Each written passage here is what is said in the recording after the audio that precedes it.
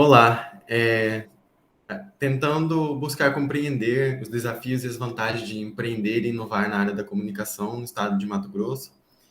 Este episódio da série Comunicação Fora da Caixa, da disciplina de Administração e Produtos Editoriais do curso de Jornalismo da UFMT, traz neste vídeo a visão de uma profissional que teve uma iniciativa inovadora. Com isso, também poderemos conhecer o panorama local e as mudanças no setor ao longo dos últimos anos, principalmente devido aos avanços tecnológicos que exercem grande influência nos novos moldes da comunicação jornalística. Bom, a nossa convidada é a jornalista matogrossense que atua no ramo da assessoria de imprensa e coordena a comunicação corporativa em organizações públicas e privadas no Brasil. Falaremos aqui com a Ana Paola Carlini, que fundou há 17 anos a primeira agência de Mato Grosso, que reúne profissionais de jornalismo, marketing e relações públicas, capacitados para oferecer um mix humanizado de comunicação. A agência tem a missão de proporcionar ao cliente soluções de comunicação, especialmente em assessoria de imprensa, conteúdo, mídias sociais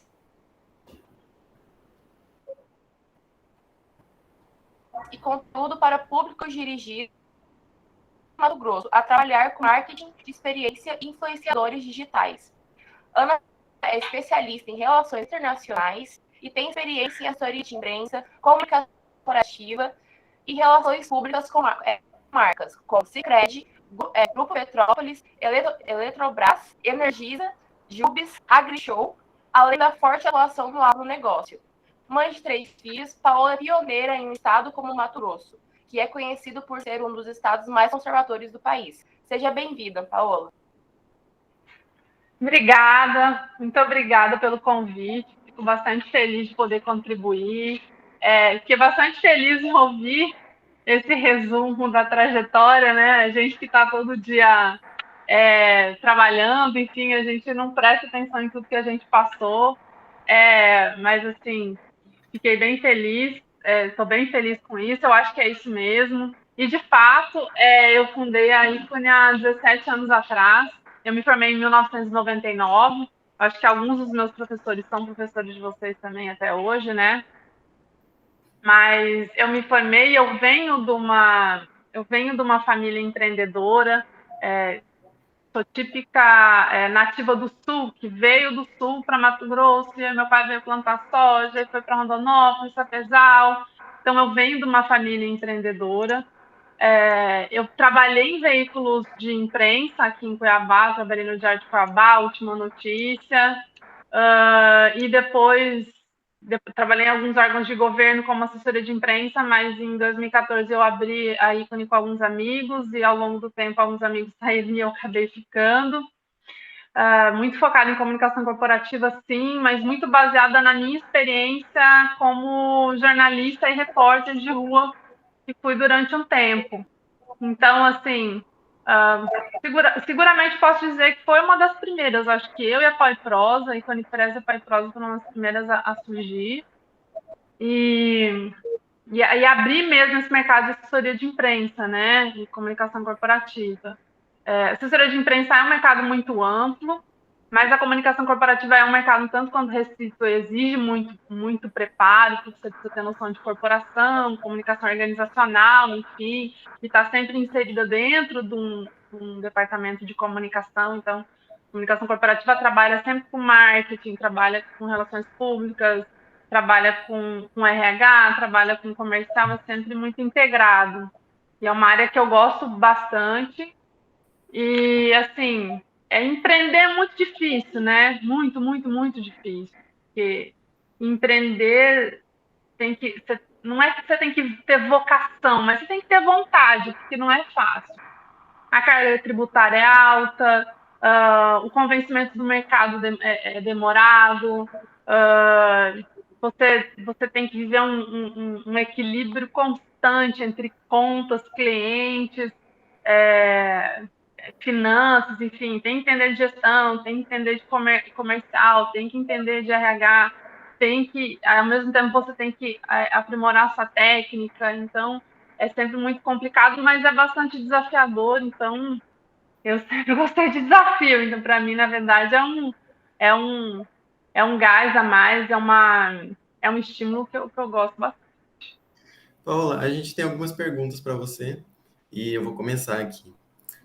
Eu queria saber quais foram os principais desafios, né, que você teve na implantação e na consolidação da sua empresa aqui em Mato Grosso.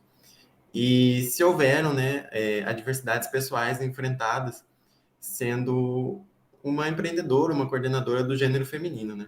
Se sim, quais foram essas suas principais dificuldades? Na verdade, assim, eu comecei muito. O início da sua primeira pergunta, você falou, eu só pegou a diversidade, depois me perdi. A primeira era, tipo, quais foram os principais desafios, né, Ah, tá. na implantação, na consolidação dessa empresa aqui em Mato Grosso? Entendi. Eu acho assim, eu acho não, eu penso, né, porque achar não perdi nada. Eu penso, durante a trajetória, eu acho que a consolidação foi o mercado entender o que era assessoria de imprensa. E como eu atuei em 99 e a empresa é de 2004, naquela época existiam muitos repórteres nas redações e não existiam tantos assessores de imprensa. Os assessores de imprensa eles ficavam, a maioria deles, nos órgãos governamentais, enfim, públicos. Não existia uma cultura de assessoria de imprensa nas organizações. Pouquíssimas organizações privadas existia essa cultura, pública existia, porque sempre houve uma demanda muito grande do público para a imprensa, enfim, né? Até pelo interesse público, né? Que alimenta muito os veículos de informação e o jornalismo. Então, não tinha muito isso. Então, assim, essa construção do mercado e entender que as organizações privadas precisam e demandam informação para a imprensa em todos os aspectos, tanto informação comercial quanto informação de relevância, de impacto social, né? Foi um momento de construção. Como a gente vem de um estado que é agro, a gente teve muita demanda agro e hoje existe muita demanda agro. Um dos meus principais clientes que estão comigo até hoje é a Associação dos Criadores de Suínos, que começaram comigo em 2015, estão comigo até hoje.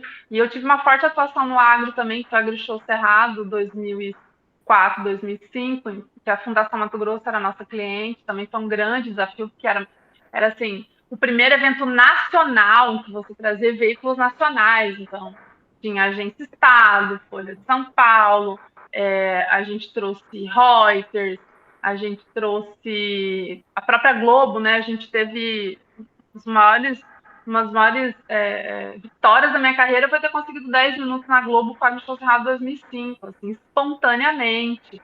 Mostrava a pujança, isso há, sei lá, mais de 15 anos atrás, mostrava a pujança do agro mato-grossense, que não era nada. Hoje é referência mundial em agro, mas naquela época não era. Tinha Rio Grande do Sul, Paraná, São Paulo, enfim. Então, foi muito importante, foi um dos meus grandes desafios. Mas eu acho que também o convencimento do mercado, essa história de pegar a pastinha, pôr debaixo do braço, ir nas reuniões, participar de estações, ou ir atrás de empresas para construir isso também é importante. Foi uma coisa que a gente fez bastante, eu fiz bastante. Mas eu também tenho clientes, as marcas nacionais de lá para cá sempre entenderam a importância de ter uma assessoria de imprensa. Então, eu assessoro também há muito tempo a Plaenge, que é uma marca nacional, é uma consultora nacional, que entende a demanda de assessoria de imprensa, enfim, de relação com o mercado, né? E também está com a gente até hoje. Mas por ser uma marca grande, ela entende que ela precisa se relacionar, né? Que ela está muito fixa aqui em outros lugares do Brasil, então não existe essa cultura lá dentro. Agora, a diversidade como mulher, assim, eu acho que eu sempre consegui ter uma rede de apoio muito sólida, sabe? Eu me casei muito tarde, me casei com quase 30 anos e passei 10 anos tendo filho. Hoje eu tenho 44, vou fazer 44 semana que vem. Então, eu fiquei 10 anos tendo filho. Assim, de 2009 a 2017, mais ou menos, 2017, por aí, eu tive 3 filhos. Mas eu acho assim, eu penso que os meus filhos me deram muita motivação, sabe? Eu tive muita motivação através deles. porque eu sabia que eu precisava dar conta. Eu nunca tive 4 meses de licença maternidade, eu sempre tive períodos pequenos, assim, eu tive períodos de 3, 4 meses, sempre revezei a amamentação com ida à empresa. Então, assim, isso vai muito da minha autodeterminação, sabe? Quando você empreende, você tem que ter uma disciplina e uma autodeterminação muito sua, assim, muito planejada no que você quer. Ah, não, eu quero manter isso, eu quero manter aquilo. Mas eu também tive sempre uma equipe muito comprometida, porque a gente vem de um sistema de se falar abertamente, de se falar toda hora. Eu tive muito do que eu construí assim, na minha rede de apoio. É uma equipe muito sólida, muito coesa. Uma rede de apoio que era um marido que estava em casa que me ajudava. Até porque a mulher, essa história de que a mulher ela empreende, ela se dá bem, é porque ela tem uma rede de apoio. O marido apoia, deixa não, né? Mas possibilita com que ele fique também com os filhos e você consiga sair. Isso depende só da gente, entendeu? Não é o homem quem vai te dar, é você que vai impor. Então, a autodeterminação que eu falo é essa. É a mulher falando, pô, eu quero isso, eu vou fazer aquilo. Agora, se o meu marido não quer me ajudar, então beleza, vou procurar outra pessoa. Ou também não tá bom, vou procurar minha mãe, uma babá, enfim. Então, eu tenho uma babá que está comigo, sei lá, há 13 anos, que é a idade da minha filha mais velha. Então, foi super tranquilo, foi super construtivo. Então, a minha rede de apoio super me ajudou, mas eu acho que a autodeterminação da mulher também, sabe? A gente poder assim, se exigir, dizer, não, se eu quero chegar lá, se eu quero ser uma das assessorias de imprensa mais bem reconhecidas e mais eficientes do Estado, é isso que eu tenho que manter e é isso que eu vou seguir. E assim, eu no escritório, eu tenho uma disciplina que é assim, no escritório eu sou o tempo todo empresária. E em casa eu sou o tempo todo mãe. Eu não misturo muitas coisas. Assim. Claro que eu atendo um WhatsApp, atendo um telefone, nananã, mas a gente precisa ter uma autodisciplina para ter isso. E assim, mercado, gente, é claro que no mercado, o mercado corporativo tem muita mulher à frente do departamento de comunicação, nananã, mas também tem muito homem que contrata. E quando o homem te contrata, você tem que não provar o seu valor 2 vezes, mas assim, você vai com mais ênfase na imposição e na determinação do seu conteúdo, né? Mostrando segurança, enfim. Mas é uma coisa que vai de você, assim, né? Você consegue, mas tem que ter disciplina e muito conteúdo também. E você poderia citar para a gente alguns dos quais foram as principais ações assim, inovadoras ao longo desses 17 anos em cada setor da empresa, assim, relações públicas, marketing, jornalismo? Nós somos a primeira assessoria de imprensa a fazer um grande evento, que foi a Agrishow Cerrado, que é uma coisa bem grande. Ter conseguido um espaço muito grande, não é muito espaço, mas uma matéria de quase 10 minutos no Jornal Nacional para a gente foi bastante relevante à época, nos catapultou para vários outros clientes, o reconhecimento do cliente à época também foi bem importante. Mas eu assessorei a Eletrobras durante um tempo também, eu acho que foi uma experiência muito legal, porque a gente falou bastante sobre comunicação organizacional, a gente fez muitos eventos do Luz para Todos.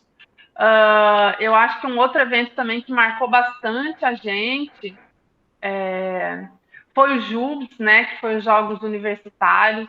A gente fez em 2017, eu acho.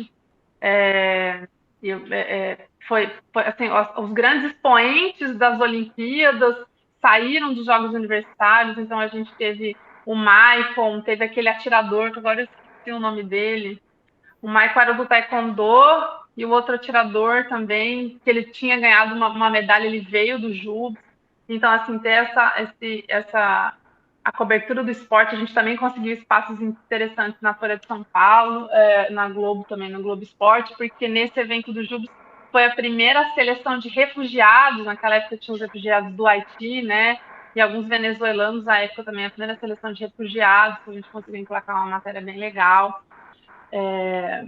Eu acho que assim, a gente tem uma larga experiência com crise, né? Nenhuma empresa gosta muito de falar de crise de imagem, mas a gente tem uma experiência com crise muito relevante que vem desde crises que a gente teve com empresas de construção civil, até crises que a gente teve com shoppings, que a gente atende um shopping que é varejo, que tem uma grande circulação de pessoas e que tem uma grande interação com marcas, então tudo que envolve público, envolve percepção, enfim, então a gente teve grandes desafios, que foi até na Plaenge foi um incêndio, né? Um incêndio do Sunset, que é ali perto da Mato Grosso, foi bem, não sei se vocês lembram, mas foi bem sensível, né?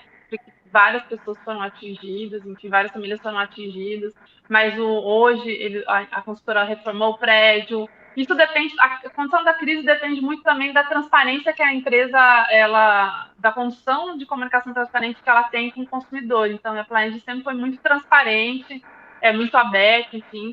Então, houve isso, houve um incêndio, mas a empresa atendeu todo mundo, reformou o prédio.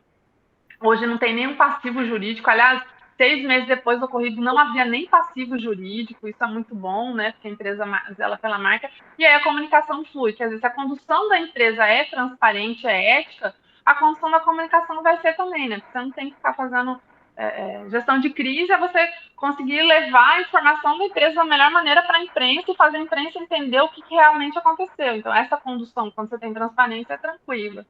No Pantanal, eu acho que foi o caso que a gente teve junto com o PJ, que foi o desfile de crianças, né? Que também repercutiu bem nacionalmente. Então, a gente teve tuitadas, sei lá, do Guilherme Boulos, da Manuela Dávila, em que eles criticaram a forma como as crianças estavam desfilando para serem adotadas, mas aí é uma visão distorcida, a gente tem que trazer luz, né, para esse caso. Eles achavam que as crianças estavam desfilando para serem adotadas, mas não, estavam desfilando com os pais que haviam adotado elas. Então, a gente poder fazer esse alinhamento de informação, a época foi bem sensível, porque despertou, na verdade, um tema bastante polêmico e carente de debate, que é a adoção no Brasil, né, e a burocracia que é a adoção no Brasil.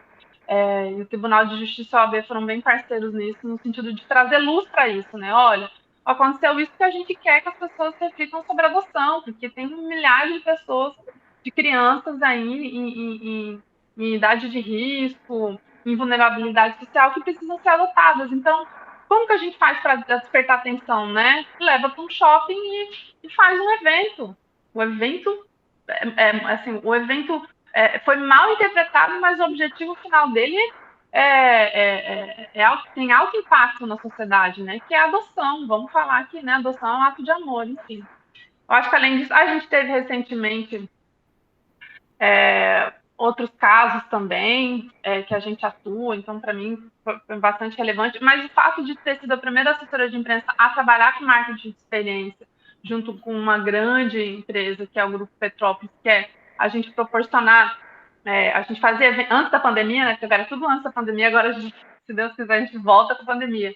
Mas promover os jornalistas que correm, que é um consumo, é uma estratégia de ação de evento que reúne consumo responsável de bebida alcoólica com esporte. Você pode fazer esporte, você pode ingerir bebida depois, entendeu? Tá tudo certo, né? Você compensa uma coisa a outra, enfim. Viagens de relacionamento, que são as viagens que a gente faz para a fábrica em Rondonópolis, sai daqui com 15, 20 jornalistas e leva para Rondonópolis para ter experiência de percorrer a fábrica e aí na fábrica descobrir como é que é produzida a cerveja, entendeu? Como que ela é envasada, como que ela é distribuída, isso também é legal. Então a gente trabalhou bastante com marketing de experiência e influenciadores a gente sempre trabalhou, quer dizer, os primeiros influenciadores que surgiram aí, Maísa, a gente trabalhou bastante com ela, com vários outros clientes. Cleia, pessoas do interior como Natália Goulart, né?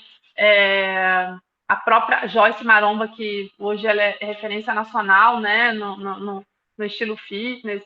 Então, assim, para a gente, acho que a maior parte dos jobs que a gente fez de relevância são esses. Certamente eu devo ter esquecido alguma coisa, mas vamos resgatando aí. Então, Paola, eu vou fazer mais 3 perguntas, tá? Então, você foi pioneiro na criação de uma agência de comunicação aqui em Cuiabá e já atendeu diversas grandes empresas. Quando estudamos a área de assessoria, sempre ouvimos falar sobre gerenciamento de crises, mas não sabemos na prática como isso funciona, né? Como que se organiza um gerenciamento de crise. Você já enfrentou alguma grande crise em alguma das empresas ou com algum cliente que teve que gerenciar? Se sim, como foi? Várias, né? Nós somos especialistas em crise, na verdade, aqui. O que é a crise? A crise é um ruído, né? É um ruído, é uma comunicação não bem entendida entre algum ente da sociedade. Ou é o governo ou a empresa, ou é o consumidor e a empresa, e isso vai para a imprensa, né? E aí a imprensa noticia, e hoje, como a gente vive, a gente tem, a imprensa, ela possibilita uma interação em comentários, tanto através de rede social quanto no próprio site, né, tem aqueles comentários ali, ou até a própria percepção do jornalista sobre aquilo. Isso é uma crise, é esse ruído, né? Quando existe um ruído entre uma coisa e outra. Eu até expliquei. Eu acho que hoje, se eu puder dizer qual foi a crise mais complicada que eu já enfrentei, eu acho que uma das crises, que foi a crise do Grupo Petrópolis, foi bem complicada, porque era uma coisa que acho que todo mundo viveu, né?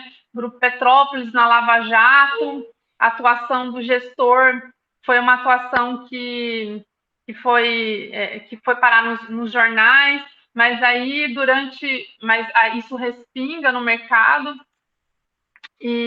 Mas aí, durante a crise, a gente tem que separar o consumo da marca com o gestor, né, na verdade. Então, o principal ponto da crise é entender com o cliente como aquilo deve ser conduzido e entender tudo também. O que aconteceu? Né? Destrinchar, ter uma relação transparente. Perguntar o que aconteceu, me conta tudo. Sabe aquela coisa do advogado?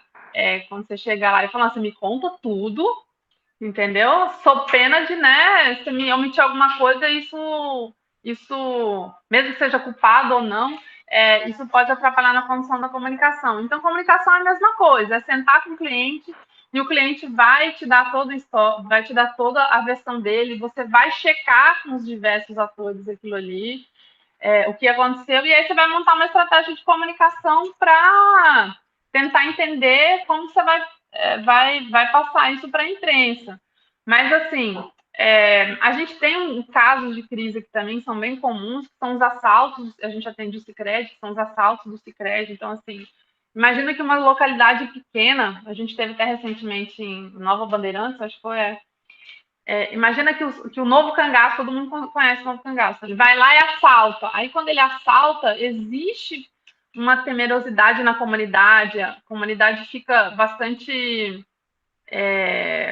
apreensiva, né? Nossa, tem bandido na minha cidade, a cidade tem, sei lá, 10, 20 mil moradores, enfim. E aí eles ficam temerosos e aí o que a marca tem que fazer? Tem que entender, tem que falar, olha, houve sim subtração, houve sim roubo, mas a polícia já está atuando, as pessoas que estavam dentro da agência estão bem, a empresa oferece assistência. Então, você faz essa condução de tentar entender se o roubo, a polícia já está atuando, o colaborador está sendo atendido, e aí faz essa ponte com a imprensa, que sempre diz assim, houve roubo, nananã, pessoas estão, né, foram feitas reféns. Então, quando você pega a informação e dá segurança, pega essa informação e dá uma informação precisa sobre, olha, não, a agência está aberta, as pessoas, os colaboradores estão bem, né? Mas essa relação na comunicação está muito dentro da atuação da empresa. Se a empresa é comprometida, a comunicação de crise flui de uma maneira muito tranquila. E dentro de uma crise, sempre 3 atores trabalham bastante, que é a comunicação, que é a imprensa, né? Porque a gente vai fazer essa condução, a formatação da mensagem para mandar para a imprensa, o jurídico, porque é ele que vai dizer para você quais são as explicações jurídicas daquele caso, como aquilo deve ser conduzido, que informação pode ser falada, né? E se durante a comunicação algum direito não vai ser ferido, enfim, existe uma análise sistêmica. E o marketing, né, que é o marketing local, porque a assessoria de imprensa hoje, ela nunca está dentro da organização, né? Ela sempre está fora. Hoje, com exceção de entes públicos, a maior parte do segmento corporativo, as assessorias de imprensa estão fora. Até porque é muito mais estratégico uma empresa, uma empresa privada ter uma assessoria de imprensa fora, que tem vários outros clientes, que tem vários outros relacionamentos, do que ter uma dentro, que assim, fica muito focada naquele mundo, não consegue se relacionar, as pessoas ficam. O jornalista vê muito ele lá, ele só vai falar sobre aquilo lá, só vai falar sobre determinada coisa, nananã. Então, quando a assessoria de imprensa fora, que tem vários outros clientes, não, tem uma visão mais holística da coisa, consegue propor coisas mais inovadoras, né? Então, a gente vê, várias vezes, a gente foi bastante procurado por empresas que tinham uma imprensa, uma assessora de imprensa interno, que entenderam, mas a gente, ele está conseguindo só fazer está muito imerso ali, e ele só consegue fazer o arroz com feijão. Talvez a agência de fora traga mais inovação, e de fato traz mais inovação, porque traz experiência de outros clientes para dentro da organização. Mas eu acho que crise é uma coisa que, para destrinchar, tem que ser muito pontual, mas se vocês quiserem depois fazer alguma coisa só sobre isso, eu posso preparar um material e a gente volta a falar sobre isso sem problema nenhum, porque a gente tem vários exemplos aí que a gente já enfrentou. Obrigada, Paola. Tem mais duas perguntas agora. Como a chegada e a popularização das redes sociais interferiu no seu trabalho como um todo, assim, em específico da agência? Então, no início, a gente tentava entender como as redes sociais poderiam contribuir com a nossa visão, né, de assessoria de imprensa. Só que, assim, na imprensa, quando você é contratado para construir um conteúdo na imprensa, o que a imprensa tem que rede social não tem? Um veículo de comunicação tem audiência, né? Um site tem audiência, a TV tem audiência, a rádio tem audiência. A rede social, quando você constrói conteúdo, você pode ter conteúdo, você pode ser um conteúdo relevante, pode ter estratégia, mas a audiência, ela demora bastante para ser construída, né? Então, assim, uma coisa, na verdade, assim, elas não se rivalizam, porque uma tem bastante audiência e a outra, ela vai consolidar o seu conteúdo ou vai consolidar a sua autoridade, né, para poder falar. Então, como que a gente trabalha isso? A gente trabalha muito institucionalmente. Vou dar um exemplo de um cliente que é 360, que a gente tem aqui, que é a Crismate. A Crismate tem um conteúdo relevante para a imprensa? Tem. A gente faz matéria dizendo que o preço do suíno está bom no mercado, né? Hoje o preço do suíno está super bom no mercado, porque a carne bovina está cara, enfim, hoje está um preço bastante interessante. Então, assim, aí a gente tem esse segmento, a gente fala com o consumidor e fala com os entes públicos.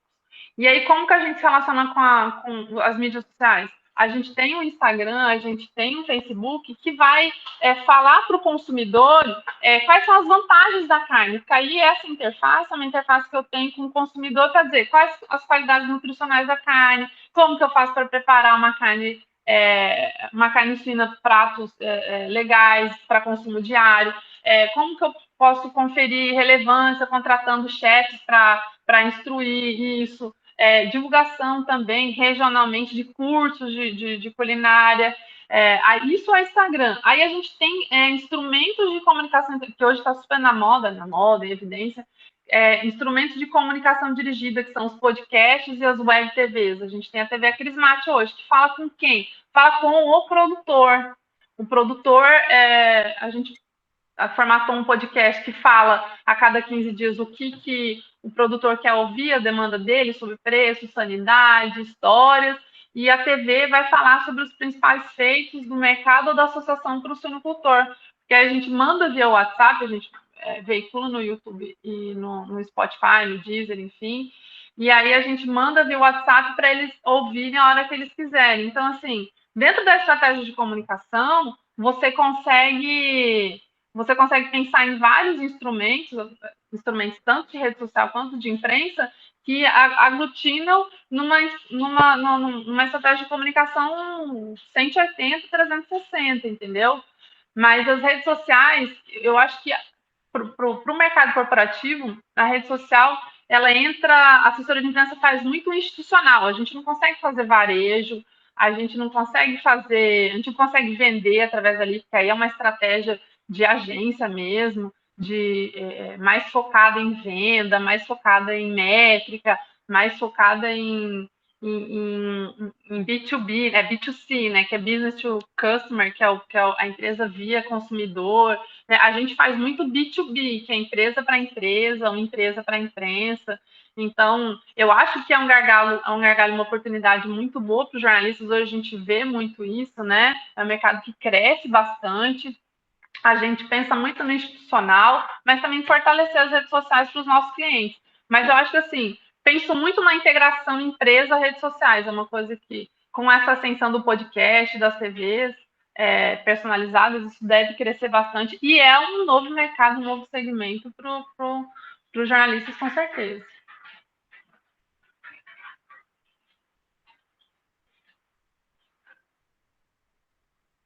Sim, né? Acho que a rede social hoje está crescendo bastante, está virando uma piada, né? Exato. Ok. Tem uma última pergunta para finalizar aqui. Então, Eita, cortou. quais pontos positivos de se empreender na área? E qual dica você deu de jornalismo sobre o mercado de trabalho na área da assessoria? Repetir, que ficou cortadinho. É que cortou. Você pode repetir, Zé?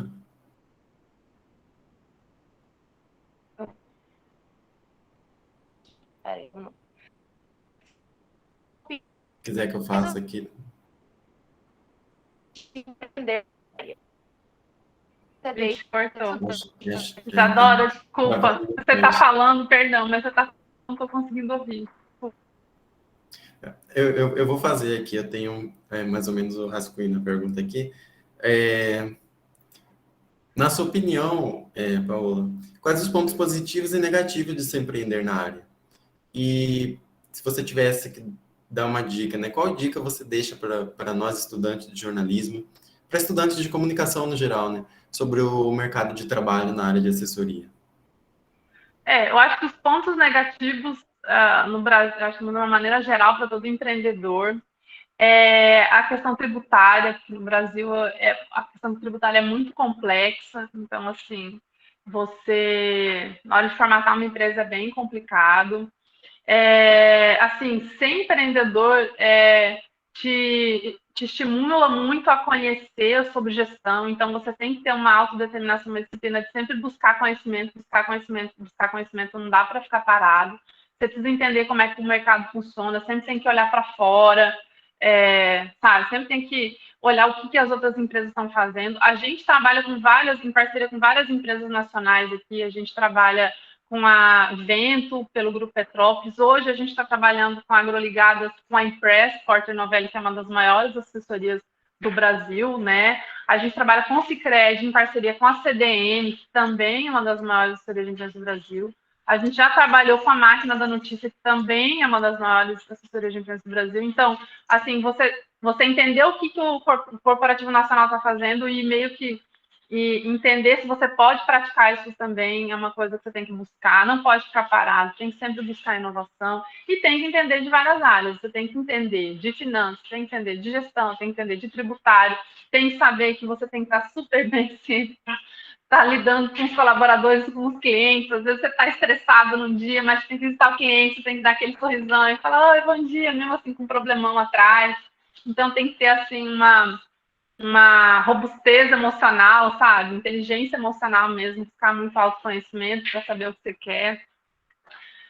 Eu acho que esses são os desafios, sabe? Aquela historinha, resiliência, todo mundo fala muito em resiliência, mas ser resiliente mesmo. E assim, ter muito, eu quero ser, eu sempre disse para mim assim, eu quero ser reconhecida como a assessora de imprensa mais eficiente do Mato Grosso. Aí depois eu vou galgar Centro-Oeste, enfim.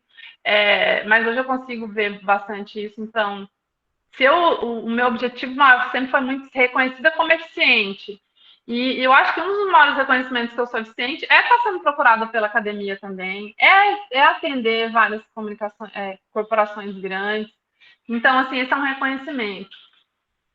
Eu falei das partes ruins, né? Que é você buscar conhecimento, mas a parte boa, que é uma coisa que sempre me encantou e que eu sempre busquei bastante, é a liberdade de fazer.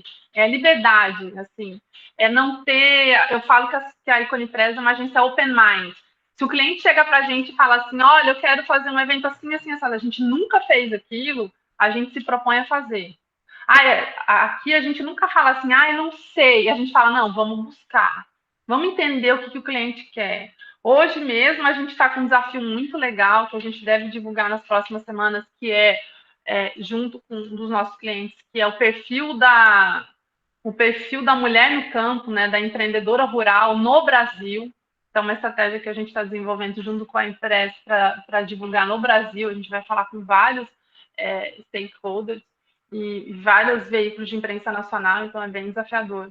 Mas a liberdade de poder fazer o que você quiser, a liberdade de poder buscar o que você quer é uma coisa que eu sempre gostei. Então, liberdade de tempo, liberdade de conteúdo, liberdade de exercer a sua profissão como você sempre imaginou, sabe? Eu buscar, assim, se desafiar, eu acho que é uma coisa muito legal.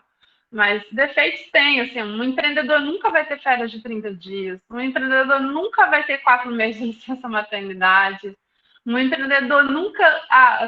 hoje existe aquela cultura assim, o cara é empresário ganha dinheiro. Não, você só ganha dinheiro se você trabalhar pra caramba e buscar bastante, se preparar muito e estar à frente do mercado, porque o dinheiro não vem rápido, o reconhecimento também não vem rápido, vem através de muito esforço.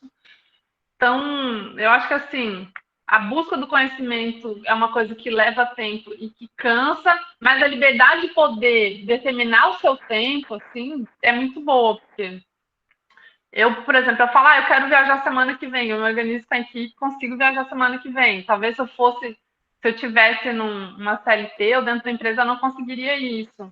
Ou aconteceu alguma coisa com meu filho, eu preciso sair, sabe? Aí eu tenho uma equipe que me ampara, uma rede que me ampara, enfim. Ou se eu quero fazer uma coisa diferente, às vezes a dinâmica da rotina de uma assessoria de imprensa tem coisa assim, você tem que ler jornal todo dia, tem que fazer clipe todo dia, nanana. Mas assim, aí quando vem um desafio de um cliente que fala, cara, eu quero fazer um hackathon, eu quero, sei lá, quero na comunidade fazer comunicação, imprensa e comunidade, vocês vão ter que andar em todas as ruas para poder falar com os moradores. Legal, é uma coisa que a gente super faz, que a gente vai. Se a gente precisar para o interior também, a gente vai. Se a gente quiser se relacionar com a Amapá, a gente vai. Levanta mail. Então, fazer coisas diferentes, essa liberdade de fazer coisas diferentes e inovadoras, assim, propor inovação em comunicação é uma coisa que eu busco bastante. Estou sempre muito aberta a fazer e sempre votar. Eu acho que é isso. Agora, não é fácil, não. Mas, assim, se alguém... Dica, vamos lá. Cara, tem que querer. Sabe a história do querer é poder? Querer é poder, sim. Você tem que querer. Se você falar, eu quero empreender, entende bem o que você quer, estuda bastante o que você quer. Eu quero fazer um podcast para falar só sobre imprensa. Entende bem aquilo, busca bastante informação, em base seu background, assim. Busca autoridades e busca mentores para te ajudar, sabe? Não tenha vergonha de perguntar, porque comunicação é isso, você não pode pecar pela omissão, você tem que pecar pelo excesso. O comunicador sempre tem que pecar pelo excesso. Isso eu aprendi quando eu era repórter. Perguntar muito, tentar entender aquilo na sua totalidade. Então, e assim, aí não tem aquela coisa de resiliência, não. Resiliência, disciplina é secundário, mas se você quer, você vai conseguir. Mas tem que buscar mentores, buscar conhecimento. E buscar mentores é muito bom, é uma coisa que a gente não tinha lá atrás. Quando a gente fundou, quando a gente arrumou esse mercado, hoje tem bastante gente no mercado, seguramente tem mais de 10 assessorias de imprensa no Mato Grosso, mas antes a gente não tinha ninguém quem se inspirar. E eu acho que se quem quiser buscar esses mentores para poder entender quais são as principais dificuldades, isso já ajuda muito. Acho que é isso. Espero ter contribuído. Sim, contribuiu muito. A gente quer te agradecer bastante. Eu vou primeiro fazer um agradecimento para a gente encerrar aqui a gravação, e aí depois a gente conversa mais um pouquinho. Muito obrigado mesmo pela sua participação. A gente agradece a sua disponibilidade. E a gente encerra assim mais um episódio do Comunicação Fora da Caixa.